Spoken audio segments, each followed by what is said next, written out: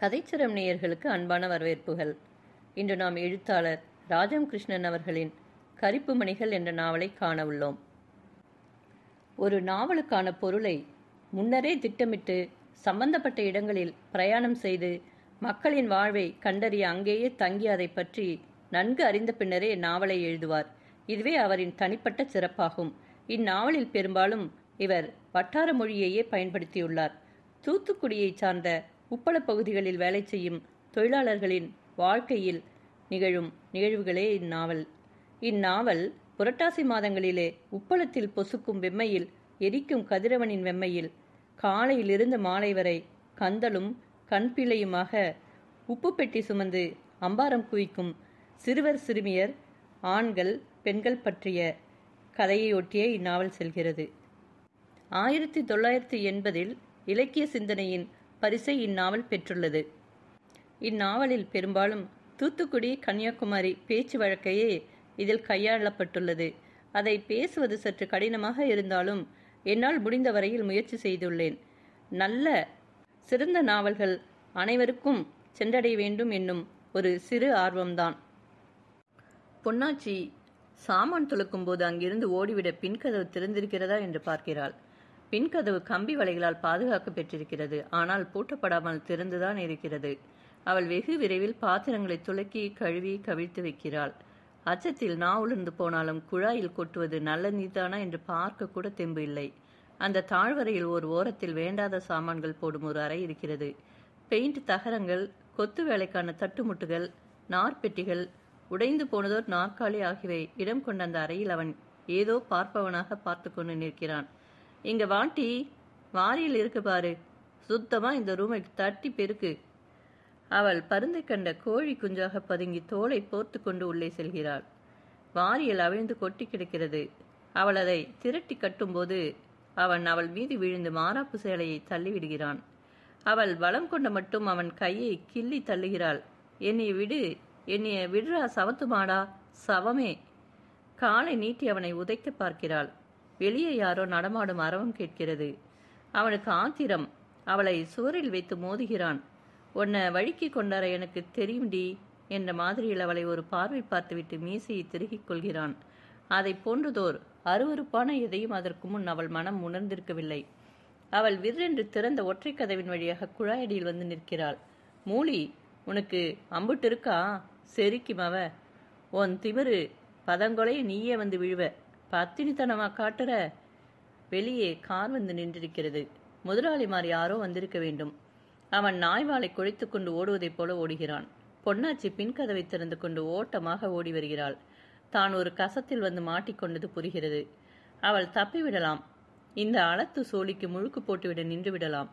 ஆனால் அட்வான்ஸ் 25 ரூபாயை எப்படி திருப்பிக் கொடுப்பார்கள்? கண்களில் நீர் கரிப்பாக சுரந்து கரகரம் என்று கன்னங்களில் இறங்குகிறது. ஹைட்ராமீட்டர் எனப்படும் நீரின் அடர்த்தியை சோதித்தறியும் கருவியை அவர்கள் ஹைட்ரா என்றே தான் அங்கு வேலை செய்யும் ஆட்கள் குறிப்பிடுவார்கள். அந்த ஹைட்ராவை மூங்கிற்குழாய் நீரில் விட்டு டிகிரி பார்த்துவிட்டு அதை மீண்டும் போர்டிங்கில் போட்டுக்கொண்டு நிமிர்ந்த ராமசாமி அவள் கண்ணீர் வடி தன்னந்தனியாக ஓடுவதை பார்க்கிறான். ஏ அழுதிட்டு போற? அவனுடைய வினா அப்போது மனதை இதமாக வந்து தொடுகிறது. என்றாலும் அவன் யாரோ, அவனும் ஒரு கங்காணியாக இருப்பானாக இருக்கும். அவனை சற்றே நிமிர்ந்து பார்த்தாலும் மறுமொழி கூறவில்லை. 87ஆம் நம்பர் பாத்தி வரப்பில் நின்று மாசானம் கருப்பு கண்ணாடி மாட்டிக்கொண்டு சேர்ந்த உப்பை வாளியினால் வாரி பெட்டிகளில் நிரப்புகிறான்.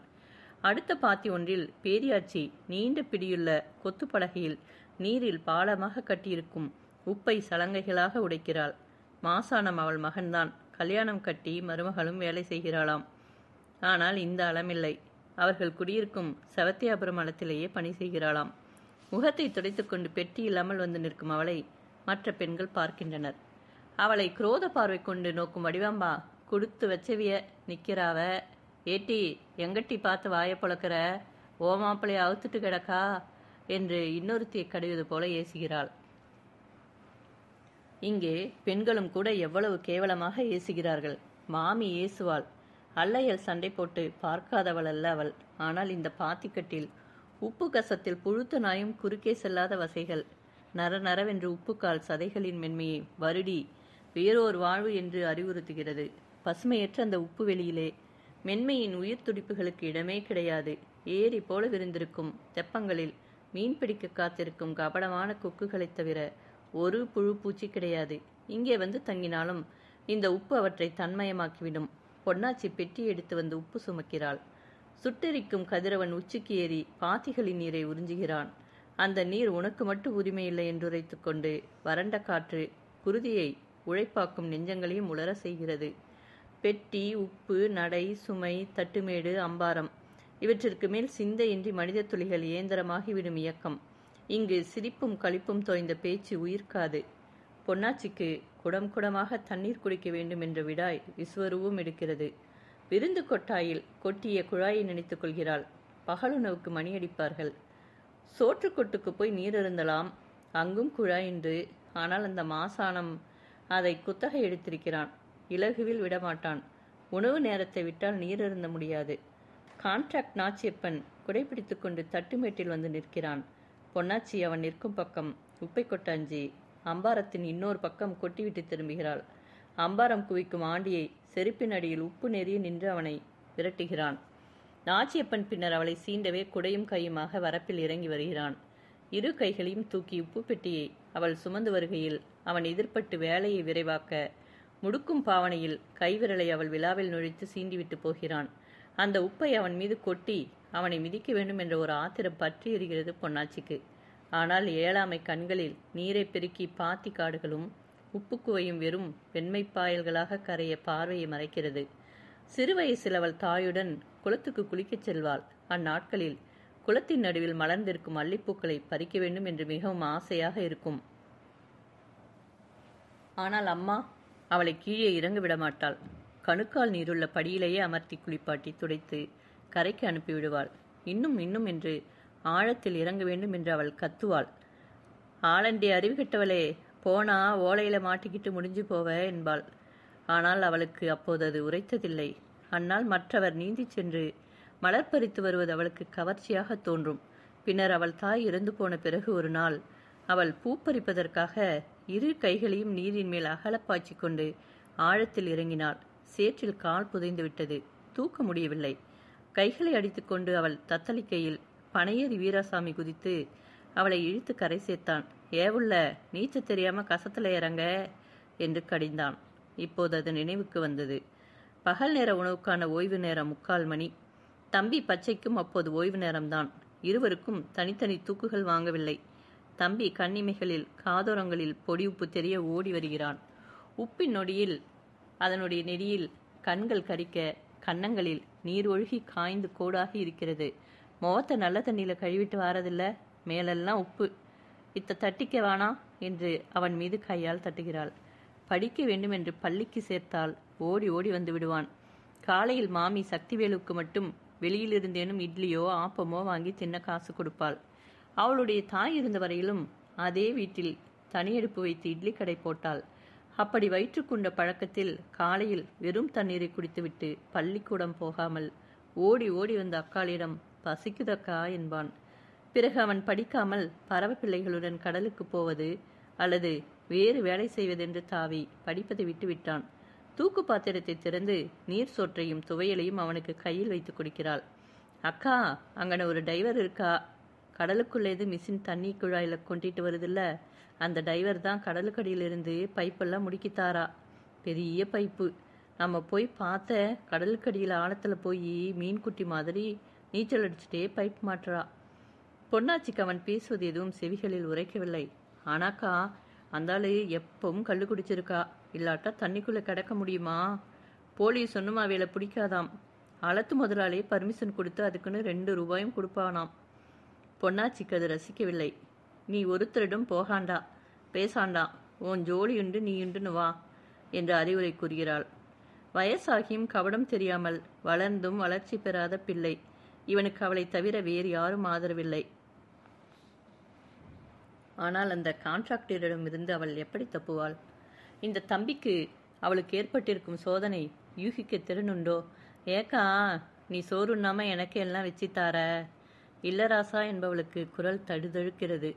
இந்த உப்புக்காட்டில் இப்படி சீரழிகிறமேன்னு நினைச்ச என்று கண்களை துடைத்துக் கொள்கையில் அங்கே புளித்த வாடை சுவாசத்தை வளைத்துக் கொள்கிறது. யாருடைய சோறு இப்படி புளித்திருக்கிறது என்று கேட்பது போல் திரும்பி பார்க்கிறாள். கொட்டடியில் கூட்டம் நிறைந்திருக்கிறது. யார் யாரோ ஆணும் பெண்ணுமாக தொழிலாளிகள். ஹைட்ராவை வைத்துக்கொண்டு டிகிரி பார்க்கும் அந்த இளைஞன் அவளை ஏன் அழுகிறாய் என்று கேட்டவன் கை கால் கழுவி கொண்டிருக்கிறான். ஆஹா, சோறு மணக்கு, எனக்கும் ஜோறு வையிடி ராசாத்தி என்று ஒருவன் வந்து குந்துகிறான். இடையில் அவனிடமிருந்துதான் புளித்த கல்லின் நெடி வருகிறது. கருத்த நனைந்த சல்லடத்தை தவிர அவனது கருத்த மேனியில் துணி இல்லை. திரண்ட தோள்கள், எண்ணெயும் நீரும் கோத்த முடி, சிவந்த கண்கள். அக்கா, நான் சொன்னேன்ல, இவத அந்த டைவரு. அவன் நெருக்கிக் கொண்டு அவள் சோற்றுக்கையை பற்றும்போது அவள் தூக்கு பாத்திரத்துடன் எழுந்து திமிர பார்க்கிறாள். அப்போது கால் கழுவி கொண்டிருக்கும் அந்த ஹைட்ரா இளைஞன் பாய்ந்து வந்து அவனை இழுத்து ஓர் உதைவிடுகிறான். ராசுகோளு, பொண்டுவகிட்ட வம்பு பண்ணு, உன் எலும்பு நெருக்கி போடுவ. அவன் வாய்க்குழற அழுகுரலில் கத்துகிறான். குடிகார பைய, நீ சோறுண்ணம்மா, இனி அவன் வரமாட்டா இந்த பக்கம். பொன்னாச்சி விழிகள் பூச்செறிய அவனை பார்த்த வண்ணம் நிற்கிறாள். அந்த கான்ட்ராக்டர் காலமாடனுக்கும் இப்படி ஒரு பூசை போடுவாரோ இவர்? பசுமையற்ற கருப்பு வெளியில் ஓர் நன்னூற்றின் குளிர்மை இழையோடு வந்து படிவதாக தெம்பு கொள்கிறாள் அவள்.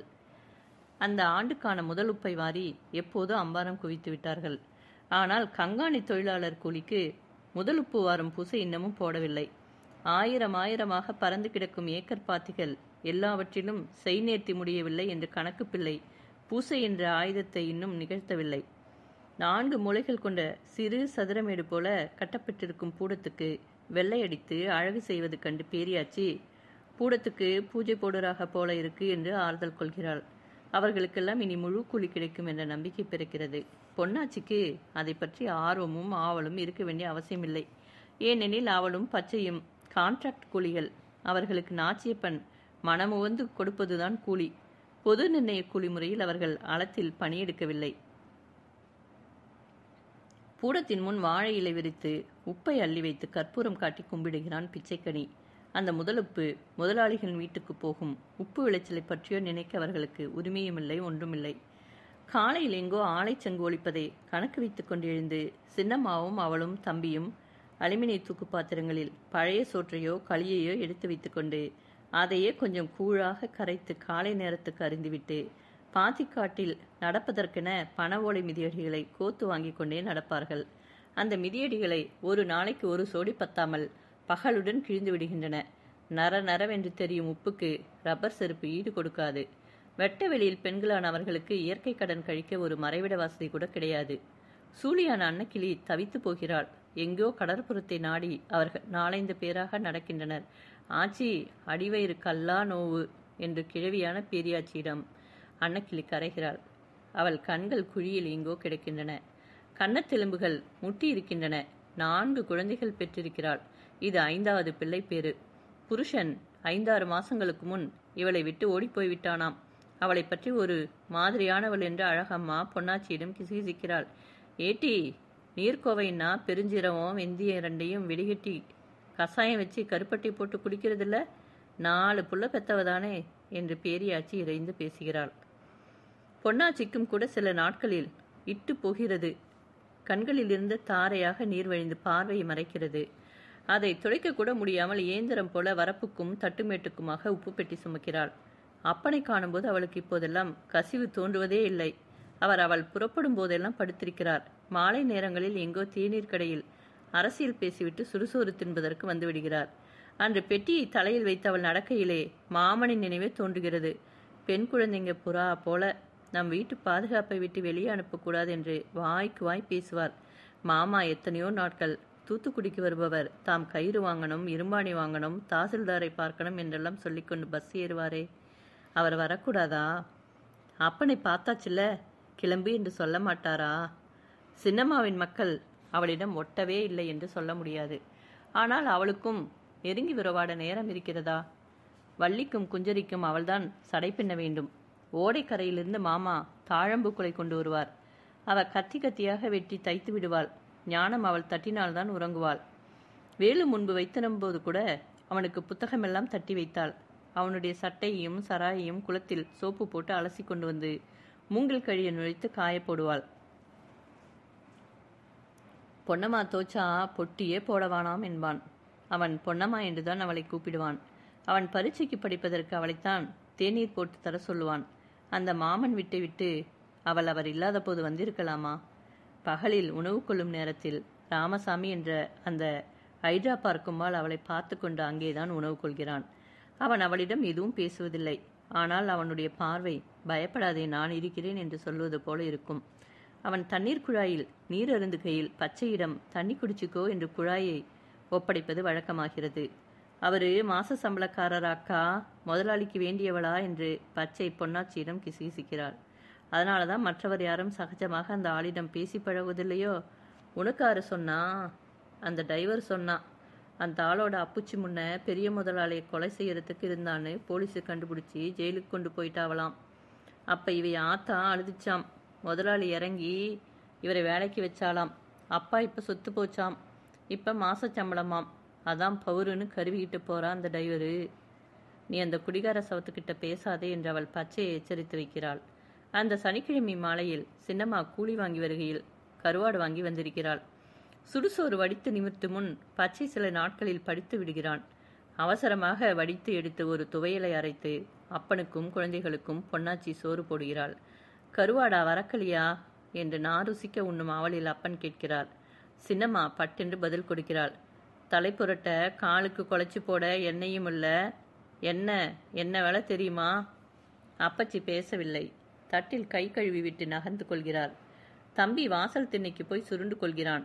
சரசும் நல்லக்கண்ணும் வாசலுக்கு ஓடி ஆச்சி வீட்டில் ரேடியோ பெட்டி பாடுவதை கேட்கப் போகின்றனர். சின்னாச்சியும் அவளும் சோறு வைத்து கொண்டு அமர்கின்றனர். கருவாடு நன்றாக இல்லை. ஈச்சம் குடலை புரட்டுகிறது. முகத்துக்கு தெரியவில்லை. உயிர் பிழைக்க மட்டுமே அன்ன ஆகாரம் கொடுக்கும் கூலியை போன்று ஒரு சிமினி விளக்கு. அந்த மஞ்சள் ஒளியில் விவரம் காண முடியாது. ஒரு குழம்பு வைத்து சுவை காணக்கூட முடிவதில்லை. மாமன் வீட்டிலும் வறுமைதான் என்றாலும் நிதமும் இந்த வேகா சோறு இல்லை. இந்த நூல் பிடித்த வரைகள் அங்கு இல்லை. இந்த ஒளியில் முகம் சுளித்தாலும் கண்டு கொள்ள முடியாது. அது அவசியமும் இல்லை. அவர்கள் உழைப்பின் பயனான உணவை கொண்டு பசி எரிச்சலை புதைக்கின்றனர். பொன்னாச்சிக்கும் தம்பிக்கும் அந்த சனிக்கிழமையில் கூலி போடவில்லை. ஞாயிறன்று காலையில் தம்பியை கூட்டிச் சென்று அளத்தில் ஆபீஸில் போய் வாங்கிக் கொள்ள வேண்டும். நேரமாகிவிட்டது, நாளைக்கு வா என்று கான்ட்ராக்ட் கூறினான். எல்லோரும் வருவார்கள் என்றாலும் அவளுக்கு நெஞ்சம் அச்சத்தினால் கட்டி கிடக்கிறது. அதை நினைத்தால் சோறும் இறங்கவில்லை. சின்னாச்சி, எனக்கு இந்த பனஞ்சோளாலம் ரொம்ப பயமா இருக்கி. மன ஆற்றாமையின் சுமைகளில் மோதுன்ற சொற்கள் மெல்ல பிரிகின்றன. சின்னம்மாவோ முத்து கொறிக்கவில்லை. பீடி புகைக்கும் அப்பன் உணர்ச்சியை விழுங்கிக் கொள்வது போல என்று கணக்கிறார். உங்க கங்காணி கிட்ட சொல்லி எனக்கும் உங்க கூட அளத்தில் வேலை வாங்கி தரும். சின்னாச்சி, உங்க கூட இருந்தா பயமில்லாம பதனமா இருக்கும். இதற்கு மேல் தனது சங்கடத்தை சூசகமாக உணர்த்த முடியாதென்று அவள் நினைக்கிறாள். இதற்கும் சின்னாச்சி எதிரொலி எழுப்பவில்லை. அப்பன் பீடிக்காரல் பாய்ந்தார் போன்று கனைத்து தொண்டையை செருமிக் கொள்கிறார். மெல்ல எழுந்து சென்று வெளியே காரி துப்புகிறார். பிறகு வந்து உட்காருகிறார். இத்தனை நேரமும் சின்னம்மா வாய் திறக்கவில்லை. பொன்னாச்சி, அந்த கான்ட்ராக்ட் மோசமா நடக்கா. நாளைக்கு ஆபீஸில் போய் கூலி வாங்கிக்கணுமா என்று சங்கடத்தை வெளியிடுகிறாள். ஆறு ஆச்சியப்பனா சவத்து பைய. அவன் மொழிய பிடுங்கி தேரில் போடணும். அந்த பைய ஒரு நேர கஞ்சிக்கு வக்கில்லாம இருந்தவ. பொண்டுவளை கணக்க பிள்ளைமாருக்கு கூட்டி கொடுத்து திரியறான். உன் மேல மட்டும் அவன் கையை வைக்கட்டும். ஆமா, என்ன செய்வீரு? முன்ன பின்ன கான்ட்ராக்ட் கங்காணிஸ் அவங்க செய்யாததையா செய்யறா அவ? நீர் என்ன செய்யுரு? சீலையை பிடிச்செழுத்து பதங்கொலைய வைக்கிறது கொஞ்சமா? வயிற்று பசின்னு 4 செவத்துக்குள்ளேருந்து வெளியே வந்தா இந்த மிருவங்க இதுங்க சீலை அரிக்கிறதா? இப்படியா சீரழிக்கிறது? தோலை நீக்கி சீழும் ரத்தமும் குழம்பும் புண்ணை வெளிக்காட்டினார் போன்று பொன்னாச்சி விக்கித்து போகிறாள். மருதாம்பாளின் முகத்தில் மஞ்சள் ஒளி நிழலாடுவது தெரிகிறது. கண்கள் பளபளக்கின்றன. ஏன் பாசாம இருக்கீரு? சோற்றுக்கையுடன் அவள் எழுந்து வெறி பிடித்தாற் போன்று அவன் மேல் போட்டிருக்கும் துணியுடன் கழுத்தை பற்றுகிறாள். குரூரம் கெக்கலி கொட்ட அவள் பொங்கி எழுச்சி கண்டு அப்பன் அதிர்ச்சுற்று ஆவியாக போகிறார். அவள் கையை பிடித்துக்கொண்டு, வானா வானா மருதாம்பா, என்னை விட்டுரு என்று கெஞ்சும் குரல் அழுகையாக தழுதழுக்கிறது. இருட்டில் வந்து தட்டுமேட்டுல லாரின்னு குரல் கொடுப்பா. உள்ளார வந்து சீலையை பிடிச்சி இழுத்துட்டு போவா. புருஷனாம் புருஷன். அவ உடம்புல ரத்தமா ஓடிச்சு. இவ சீலையை பிடிச்சி இழுத்துட்டு போவையில பார்த்துட்டு உட்கார்ந்துருப்பா. காலம் வந்ததும் கட்டை எடுத்துட்டு அடிச்சு கொள்ளுவான். பாவி ஊரம்புட்டும் பார்த்துட்டு இருக்கும். நாசகார கும்பல். பொன்னாச்சிக்கு அந்த சிற்றம்மையை கட்டி தழுவிக்கொள்ள வேண்டும் போல இருக்கிறது. இந்த அப்பனை கூட அவ்வளவு யாரும் தூற்றியதில்லை, ஏசியதில்லை. ஆனால் கண்ணால் பார்த்திராத இந்த சின்னம்மாவை எவ்வளவுக்கு யார் யாரோ ஏசியிருக்கின்றனர். அப்பனின் குரல் அழுகு இழை போல இருட்டு குகையில் ஒன்றி மறைகையில் சின்னம்மா குரல் உடைய விம்முகிறாள். இந்த சின்னம்மாவும் ஒரு காலத்தில் பொன்னாச்சியைப் போல உதயத்தில் இதழ் விரிக்கும் மலராக எதிர்கால கனவுகள் கண்டவளாக இருந்திருப்பாளோ? வயிற்றுப்பசியுடன் போட்டி போட இயலாத கனவுகள் அவளையும் வருத்தி குலைத்திருக்கும். அவளை ஒரு இயலாத குடும்பக்காரன் கல்யாணம் என்று வளைத்து கொண்டிருக்கிறான். பிறகு இந்த அப்பன், இவருக்கு அவள் இறக்கப்பட்டாள். சின்னம்மா இப்போது எதற்கு விம்மி விம்மி அழுகிறாள்? தன்னுடைய சுகந்த மனங்கள் எல்லாம் சேற்றுக்குட்டையிலும் தெருப்புழுதியிலும் சிந்திவிட்டதென்று அழுகிறாளோ? பொள்ளாச்சிக்கு நெஞ்சு கட்டி போகிறது. சோறு இறங்கவில்லை. வேலியும் காவலும் இல்லாமல் உயிர்ப்பும் மென்மையும் வறண்டு போகும் உப்பு காட்டில் தன்னை போல நலம் கொலைய நிற்கும் ஒவ்வொரு பெண்ணையுமே நினைத்து சின்னாச்சி அழுவதாக தோன்றுகிறது. அன்றிரவு பொன்னாச்சிக்கு உறக்கம் பிடிக்கவில்லை. மாமன் வரமாட்டாரா, திரும்பி போய்விட அழைக்க மாட்டாரா என்று கூட நினைத்தாலே அந்த நினைப்பு உகந்ததாக இல்லை. இங்கே இந்த களத்தில் கங்காணிகளும் கணக்கப்பிள்ளைகளும் கான்ட்ராக்டுகளும் நச்சரவுகளாக ஊறும் களத்தில் காவல் இல்லாத பூச்சிகளாய் அவர்கள் இருக்கிறார்களே, அது தொடர்ந்து கொண்டே இருக்குமா? இதை தட்டி கேட்க ஆள் இல்லாமலே இருந்து விடலாமா? தட்டி கேட்க என்று தோன்றுகையில் ராமசாமி அந்த ஐட்ரா ஆள், முதலாளிக்கு வேண்டிய ஆள் என்று தம்பி சொன்ன அந்த அவர் முகம் நினைவுக்கு வருகிறது. அதிக உயரமில்லை, பருமனும் இல்லை. வெள்ளை சட்டையும் வெளுத்த முண்டாசும் அரும்பு மீசையும் குளிர்ந்த விழிகளுமாக அந்த ஆள் தண்ணீர் குடிச்சிட்டீங்களா என்று கேட்கும் ஆள். அவளுடைய சங்கடங்களை புரிந்து கொண்டு விளக்கிய ஒரே ஆள். அவரும் அந்த பாத்திக்காட்டில்தான் இருக்கிறார். உப்பு கடலினால் கரிப்பு மணிகள் மட்டுமே விளையவில்லை, நல்ல முத்து கூட விளைகிறது. ஆனால் அது அருமையானது, அதனால் விலை மதிப்பட்டது. மறுநாள் காலையில் சின்னம்மா பச்சையும் அப்பனையும் அனுப்பி அவளுடைய கூலியை பெற்று வர செய்கிறாள். ஞாயிற்றுக்கிழமையில் நல்ல தண்ணீர் குளம் தேடிச் சென்று துணி துவைத்து வருகிறார்கள். அன்றுதான் மாசத்தொருக்கு ஒரு முறை முறையான எண்ணெய் தலை முழுக்கும் வைத்துக் கொள்ள வேண்டும். கூந்தலை கோதிக்கொண்டு அவள் சன்னலின் அருகே நிற்கையில் ஓலை கிழித்து கொண்டிருக்கும் வீட்டுக்காராச்சே, ஏட்டி கூலி போடலையா நேத்து என்று வினவுகிறாள். இல்லை, அப்பச்சியும் பச்சையும் போயிருக்கா, அதான் கேட்டேன். காலையில் சின்னாச்சி வாடகையும் சீட்டு பணமும் கொடுத்துடுவா, காணாமேன்னு கேட்டேன். பொன்னாச்சிக்கு அவள் வாடகை பணத்தை நினைவுபடுத்தும் மாதிரியில் கோபம் வருகிறது. என்றாலும் எதுவும் பேசவில்லை. இவளுடைய ஒரே பையனும் 3 வருஷங்களுக்கு முன் இறந்து போனானாம். வட்டிக்கு கொடுக்கும் பணத்தை கண்டிப்பாக வாங்கிவிடுகிறாள். அவளிடம் உப்பள தொழிலாளர்களின் பாத்திரங்கள், நீர் குடிக்கும் லோட்டாவிலிருந்து சருவம் வரை அடகு பிடிக்கப்பட்டவை கிடக்கின்றனவாம். அந்த முன்னறைக்கு நேராக உள்ள அறையில் இரும்பு அலமாரியும் கட்டிலும் சாமான்களும் நிறைந்திருப்பதை பாஞ்சாலி அவளிடம் சொல்லி வியந்தாள். ரோஷத்துடன் சின்னம்மாவிடம் அப்பனும் பச்சையும் கூலி பெற்று வந்தவுடனேயே அவள் கடனுக்காக பணத்தையும் வாடகையும் கொடுத்து விட வேண்டும் என்று கூறுகிறாள். இப்ப வேணாம், அடுத்த கூலிக்கு கொடுக்கலாம். அடுப்பு வைக்க பானை ஒன்று வாங்கணும். அவைய ஒன்றும் சொல்ல மாட்டா. என்கிட்ட கேட்டா ஏன் கொடுக்கலன்னு. பானை வாங்கணும்னு ஒன்றும் சொல்ல மாட்டா. மேலுக்கு அப்படி வெட்டி தெரிச்சாப்புல பேசினாலும் கெருவும் ஒன்றும் கிடையாது. பாவம், ஒரு பையன் அவன் போயிட்டா. அதுலேருந்து ஆச்சி முன்ன போல இல்லை. ஆச்சி புருஷன் எங்கே இருக்கா? புருஷன் ஒன்றும் இல்லை.